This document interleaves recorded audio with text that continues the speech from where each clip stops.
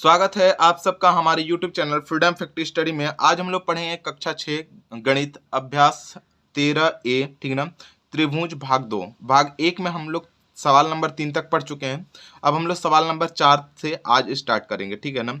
तो सवाल नंबर 4 में जो दिया हुआ वो उसको देख लीजिए। लिखा हुआ है कि निम्नलिखित त्रिभुजों के उनके, ठीक है ना, भुजाओं के आधार पर वर्गीकृत करना है। पिछला जो तीसरा सवाल हम लोग पढ़े थे वो कोण के आधार पे हम लोग वर्गीकृत किए थे त्रिभुज को।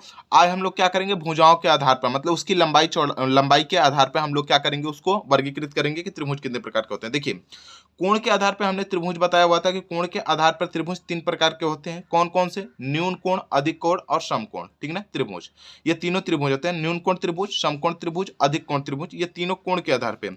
उसी प्रकार से हमारा भुजाओं के आधार पर भी त्रिभुज कितने प्रकार के होते हैं, तो यहाँ पे लिख दे रहा हूँ, भुजाओं के आधार पर भी कोण 3 प्रकार के होते हैं, ठीक ना। भुजा के आधार पर, भुजा के आधार पर, ठीक ना, आधार पर त्रिभुज कितने प्रकार के होते हैं, पर त्रिभुज कितने प्रकार के होते हैं, त्रिभुज 3 प्रकार के होते हैं। 3, ठीक ना, प्रकार के होते हैं, प्रकार के होते हैं। त्रिभुज कितने प्रकार के होते हैं? 3 प्रकार के होते हैं भुजाओं के आधार पर। पहला हम लोगों का क्या हो जाएगा, तो पहला हो जाएगा हमारा समकोण समद्विबाहु त्रिभुज या समबाहु त्रिभुज बोल सकते हैं। सम, ठीक ना, बाहु पहले बोलिए, समबाहु, ठीक ना, समबाहु त्रिभुज, ठीक है, याद रखिएगा, समबाहु त्रिभुज। दूसरा हो जाएगा हमारा समद्विबाहु त्रिभुज, बाहु। अभी सबका मतलब ही बताऊंगा मैं कि ये सबका मतलब क्या होता है, समद्विबाहु त्रिभुज, ठीक है ना, त्रिभुज। बहुत बढ़िया से आप देखते रहिए ध्यान से, आपको सारी चीजें समझ में आ जाएंगी। तीसरा हो जाएगा हमारा विषम बाहु त्रिभुज, ठीक ना, विषम बाहु त्रिभुज, ठीक ना, त्रिभुज, विषम बाहु त्रिभुज। अब देखिए, ये तीनों का मतलब तो समझ में आ गया। हम लोग कोण के आधार पे भी देखिए तो 3 था। कोण के आधार पे भी क्या था हमारा, 3 था। क्या था कोण के आधार पे? एक था हमारा न्यून कोण, एक अधिक कोण, एक समकोण त्रिभुज था, ठीक है। उसी प्रकार से अगर भुजाओं के आधार पर देखें तो भुजाओं के आधार पर भी 3 ही है। एक समबाहु त्रिभुज है, एक समद्विबाहु त्रिभुज है और एक विषम बाहु त्रिभुज है। अब देखिए समझिएगा, समबाहु त्रिभुज जिसकी सारी भुजाएं क्या हो, समान हो, जिसकी सारी भुजाएं समान हो, जिसकी सभी भुजाएं समान हो, सभी भुजा समान हो, ठीक है ना। भुजा क्या हो हमारा, समान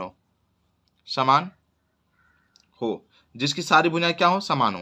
और दूसरा हमारा दिया है समद्विबाहु त्रिभुज। समद्विबाहु त्रिभुज का मतलब जिसकी 2 भुजाएं क्या हो, हमारी समान हो, कम से कम 2 भुजाएं क्या होनी चाहिए, समान हो।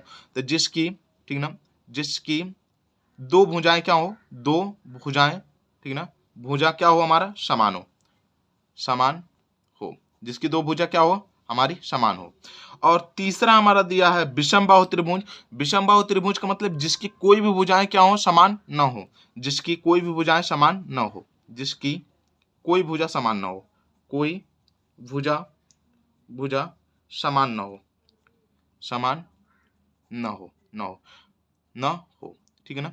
देखिए, ये मतलब कि पढ़ने से ही आपको पता चल जाएगा कि कौन सा क्या है। जैसे कि समबाहु, सम मतलब बराबर, बाहु मतलब बहुत सारी जो भी भुजाएं हैं, मतलब कि जो भी त्रिभुज में 3 ही भुजाएं रहेंगी, तो त्रिभुज की जो तीनों भुजाएं हो, सम हो, सभी क्या हो, बराबर हो, उसको समबाहु त्रिभुज बोलते हैं। जैसे अब देखिए, जैसे यहाँ पे दे दिया हमारा 3 सेंटीमीटर, यहाँ पे भी क्या दे दिया, 3 सेंटीमीटर, यहाँ पे दे दिया लेकिन 2.5 सेंटीमीटर। तो इसमें क्या हो रहा है, 2 भुजाएं क्या है, समान है, लेकिन एक भुजा समान नहीं है, ये 2.5 के हो गए।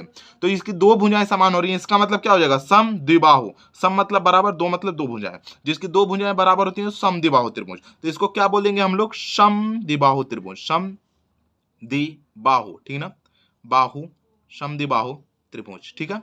इस तरीके से इसको देखिएगा, समद्विबाहु त्रिभुज, ठीक है। अब देखिए दूसरे वाले को देख लीजिए, यहाँ पे क्या दिया, 4 सेंटीमीटर, यहाँ क्या दे दिया, 3 सेंटीमीटर, यहाँ क्या दे दिया, 2.6 सेंटीमीटर। तो सब अलग अलग दिया है। तो जब सब अलग अलग दिया है, इसका मतलब कोई भी भुजाएं बराबर नहीं है। तो जिसकी कोई भी भुजा समान न हो, उसको क्या बोलते हैं हम लोग, विषम बाहु त्रिभुज। तो इसको क्या बोलेंगे हम लोग, विषम बाहु, ठीक ना। यहाँ पे हो जाएगा विषम बाहु त्रिभुज, विषम बाहु, ठीक ना, बाहु त्रिभुज, ठीक है। आप लोग इसी तरीके से देखते रहिएगा ध्यान से, आप लोगों को सारा कुछ समझ में आ जाएगा, ठीक है ना।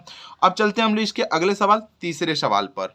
तीसरा हमारा सवाल दिया हुआ है जिसमें देख लीजिएगा, इसको भी बताना है उसी तरीके से है, मतलब ये चौथे का तीसरा सवाल है, इसको देखिए उसी तरीके से बताना है। इसमें क्या दिया हुआ है, 2 सेंटीमीटर, ये 3 सेंटीमीटर, ये 3.5 सेंटीमीटर।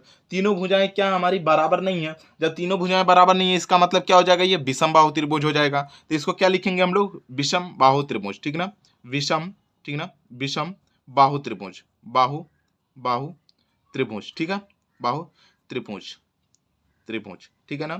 यदि आप लोगों को हमारी वीडियो अच्छी लगती हो तो प्लीज इसको शेयर करते रहिएगा, ठीक है ना, अपने दोस्तों में, ठीक है। अब इसका हम लोग चौथा सवाल देख लेते हैं। चौथा सवाल में दिया हुआ है हमारा 3 सेंटीमीटर इधर का भी, 3 सेंटीमीटर इधर का भी और 3 सेंटीमीटर इधर का भी, मतलब तीनों भुजाएं क्या है हमारी, बराबर है। जब तीनों भुजाएं बराबर होती हैं तो कैसा त्रिभुज होता है, समबाहु त्रिभुज। इसको क्या बोलते हैं हम लोग, समबाहु त्रिभुज, समबाहु त्रिभुज, बाहु, ठीक है ना, समबाहु त्रिभुज, ठीक है, त्रिभुज, त्रिभुज, समबाहु त्रिभुज। अगर दो भुजाएं बराबर होती है तो क्या होता है, समद्विबाहु त्रिभुज। और जिसकी कोई भुजाएं बराबर नहीं होती हैं उसको क्या बोलते हैं हम लोग, विषम बाहु त्रिभुज। तो इस तरीके से ये सारे सवाल को हमको करना था और इसी तरीके से इसको करिएगा, ठीक है। अब हम लोग चलते हैं इसके अगले सवाल, पांचवें सवाल पर, और पांचवें सवाल को देखते हैं कि पांचवा सवाल है कैसे। पांचवा हमारा सवाल दिया हुआ है कि नीचे मतलब कि दो रेखाखंड दिए गए हैं, ठीक है ना, ए बी और यहाँ पे सी डी, दो रेखाखंड दिए गए हैं। दोनों रेखाखंड सर्वांगसम है। ये सवाल में ही बोल दिया गया है कि ये रेखा और ये रेखा दोनों क्या है, सर्वांगसम है। यदि ए बी बराबर 4 सेंटीमीटर, मतलब ए और बी की जो दूरी दी हुई है वो 4.5 सेमी दी हुआ है। कितना दिया हमारा, 4.5 सेमी। बात समझ में आ गया। तो CD की लंबाई बताना है। तो CD की लंबाई क्या हो जाएगी हमारी, 4.5 सेंटीमीटर होगी। बस लिखने का तरीका होना चाहिए बस, ठीक है ना। तो हम लोग क्या लिखेंगे अब इसमें कि यहाँ पे देखिए, सबसे पहले लिखेंगे कि A और B बराबर, जो पता होता है उसको सबसे पहले लिखते हैं ना, ये चीज ध्यान रखिएगा। AB बराबर जो कि दिया हुआ हमारा 4.5 सेंटीमीटर, AB बराबर यहाँ पे दिया हुआ 4.5 सेमी, ठीक है ना, सेमी। और जो लिखा है उसको लिखिए। लिखा हुआ है हमारा क्या चीज कि AB, ठीक ना, ए और बी मतलब दोनों रेखाखंड, मतलब ए बी सर्वांगसम है। दोनों रेखाएं एक दूसरे की क्या सर्वांगसम है, मतलब ए बी, और यहाँ पे हो जाएगा हमारा सी और डी क्या हमारी सर्वांगसम है। सर्वांगसम में क्या होती हैं, सभी भुजाएं क्या होती हैं, बराबर।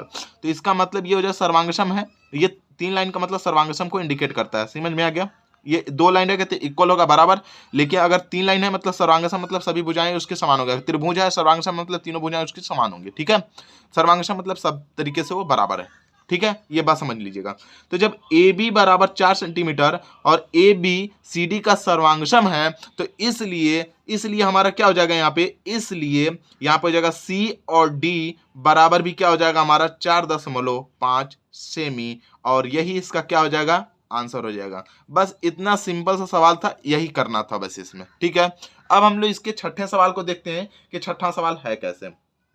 अब देखिए छठा सवाल में लिखा हुआ है कि चित्र में ए बी सी डी, मतलब ये देखिए ए बी सी और डी, ठीक है ना, रेखा पर स्थित बिंदु हैं, ठीक है ना, एक रेखा उस पर स्थित ये बिंदु हैं, ठीक है। बोला है कि रेखाखंड सी ए, मतलब कि सी से जो ए है, रेखाखंड बी डी, मतलब ये बी डी क्या है हो, तो यहाँ पे रेखाखंड मतलब सी बी और ए डी बराबर हैं या नहीं। आपको बताना है ये सब रेखाएं कि बराबर हैं या नहीं। तो इसके लिए सबसे पहले हम लोग करेंगे क्या चीज, वो देखिए। सबसे पहले जो जो चीज पता हमको वो लिखेंगे। तो हमको पता क्या चीज वो लिखिए, रेखाखंड। यहाँ पे देखिए रेखाखंड, ठीक है ना, कुछ विशेष नहीं होता है, जो चीज पहले ना पता हो ना उसको लिखिए, आप आराम से सवाल कर ले जाएंगे, ठीक है ना। रेखाखंड, ठीक है ना, रेखाखंड। यहाँ पे लिखा हुआ हमारा कि सी ए, आप सोच रहे हैं सी ए क्या हमारा है, बराबर। सी ए बराबर क्या हो जाएगा हमारा, बी और डी, बी डी, ठीक है ना, सी ए बराबर बी डी, ठीक है ना, सी ए, ठीक है ना, यहाँ पे देखिए सी ए बराबर बी डी, ये बराबर हो गया हमारा रेखाखंड। अब देखिए इसमें क्या हो जाएगा कि ए बी उभयनिष्ठ है। ए बी उभयनिष्ठ कैसे हो सकता है, वो देखिए ए और बी दोनों में एक दूसरे की दूरी पर है, तो यहाँ पे जाएगा हमारा ए बी उभयनिष्ठ है। ए और बी क्या हमारा है, उभयनिष्ठ है। क्या हो जाएगा हमारा, उभयनिष्ठ है, ठीक है ना, निष्ठ, उभयनिष्ठ रेखा है या उभयनिष्ठ है, ठीक है ना। ए बी क्या हमारा उभयनिष्ठ है, तो इसलिए हमारा क्या हो जाएगा, जब ये हमारा उभयनिष्ठ है इसका मतलब इधर से ये दूरी और इधर से ये दूरी, उभयनिष्ठ का मतलब बीच में, ठीक है ना। उभयनिष्ठ का मतलब ये हो जाता है, ये जहां से इतना दूरी होगा वही यहाँ से इतना दूरी होगा इसका। तो इसका मतलब उभयनिष्ठ जब यहाँ पता लग गया, मतलब इसलिए हो जाएगा हमारा क्या चीज, उभयनिष्ठ में यहाँ पे सी और यहाँ पे हो जाएगा बी, सी बी बराबर ए डी। सी बी बराबर क्या हो जाएगा हमारा, ए डी होगा, ठीक है ना, होगा। इस तरीके से हमको ये सारे सवाल को आपको करने थे, ठीक है। तो इस तरीके से ये छठा सवाल हुआ कंप्लीट। और अब हम लोग आते हैं इसके अगले सवाल, सातवें सवाल को, और सातवें सवाल को देखते हैं कि सातवां सवाल है कैसे। सातवां सवाल हमारा दिया हुआ है कि नीचे बने चित्र में, ठीक ना, ए ओ बी, मतलब यहाँ पे देखिए ए ओ बी और बराबर है हमारा सी ओ डी, ठीक है ना, सी ओ डी बराबर है। तो बताना है तो क्या, मतलब ए ओ सी, मतलब कि ए ओ सी जो होगा वो बराबर होगा हमारा क्या चीज, बी ओ डी के। तो जाहिर सी बात है कि ये भी हमारा 90 डिग्री दिख रहा है, देखिए यहाँ से ये लाइन 90 डिग्री दिख रहा है, इस पे लंब है और ये इस पे लंब है। तो क्या हो जाएगा, 90 डिग्री 90 डिग्री बराबर दिख रहा है। लेकिन इसको बनाएंगे कैसे वो समझिए। सबसे पहले जो चीज पता है उसको लिखते हैं। तो यहाँ पे देखिए कोण दिया हुआ हमारा, कोण ए ओ बी बराबर कोण यहाँ पे हो जाएगा सी ओ और डी, सी ओ डी जो कि बराबर है, जो कि दिया हुआ है, ठीक है ना, हम कहीं और से नहीं लिख रहे हैं, ये दिया हुआ है ऐसे लिख लिए, ठीक है। अब देखिए यहाँ पे लिख भी सकते हैं कि दिया है, ठीक है, यहाँ पे लिख दीजिए दिया है, दिया है, ठीक है ना, दिया है। ये कहाँ से आ रहा है तो वो पता होना चाहिए कि दिया है ये चीज, ठीक है। अब देखिए तो हम लोग लिख सकते हैं, तो ये देखिए, तो यहाँ पे देखिए बी ओ सी जो है दोनों में है, बी ओ सी अगर इधर से लेते हैं तो ये इसके अंदर आ जा रहा है, और इसको लेते हैं तो भी ये कोण हमारे, ये वाला कोण जो है, ये वाला कोण ये दोनों के अंदर है। देखिए कैसे, ये अगर इस पूरे कोण को अगर लेते हैं ए ओ सी को, तो भी ये हम पर ये वाला अंदर में ही है। अगर ये इसको भी लेते हैं तो भी ये वाला हमारा कोण क्या है, अंदर में ही है। तो इसका मतलब हम लिख सकते हैं कि कोण यहाँ पर हो जाएगा बी ओ जो सी है, मतलब बी ओ सी है वो दोनों, ठीक ना, दोनों दोनों कोणों, ठीक ना, दोनों कोणों में क्या हमारा है, दोनों कोणों में सम्मिलित है, ठीक ना, सम्मिलित है, सम्मिलित, यहाँ पे लिख देंगे सम्मिलित, ठीक ना, सम्मिलित, सम्मिलित है, ठीक है, सम्मिलित सही लिखा है, सम्मिलित है, देख लीजिएगा आप लोग सम्मिलित सही है कि नहीं है, और कमेंट करिएगा कि सम्मिलित सही लिखा हूं या फिर नहीं, ठीक है। सम्मिलित है, दोनों कोणों में क्या हमारा सम्मिलित है। तो यहाँ पे हो जाएगा, इसलिए हमारा कोण ए, ठीक ना, ओ सी, ए ओ सी बराबर बी ओ डी, और यही इस तरीके से इसको आपको सॉल्व करना था और बताना था कि ये इसके बराबर है। तो इस तरीके से इस सवाल को आपको करना था सॉल्व। बहुत ज़्यादा डिफिकल्ट नहीं है, आप छोटे छोटे सवाल हैं, बहुत ज़्यादा बड़े बड़े सवाल नहीं है, ठीक है ना। आप आराम से करिए, इसको सवाल समझ में आ जाएगा और कर लेंगे आप लोग अच्छे से, हमें उम्मीद है कि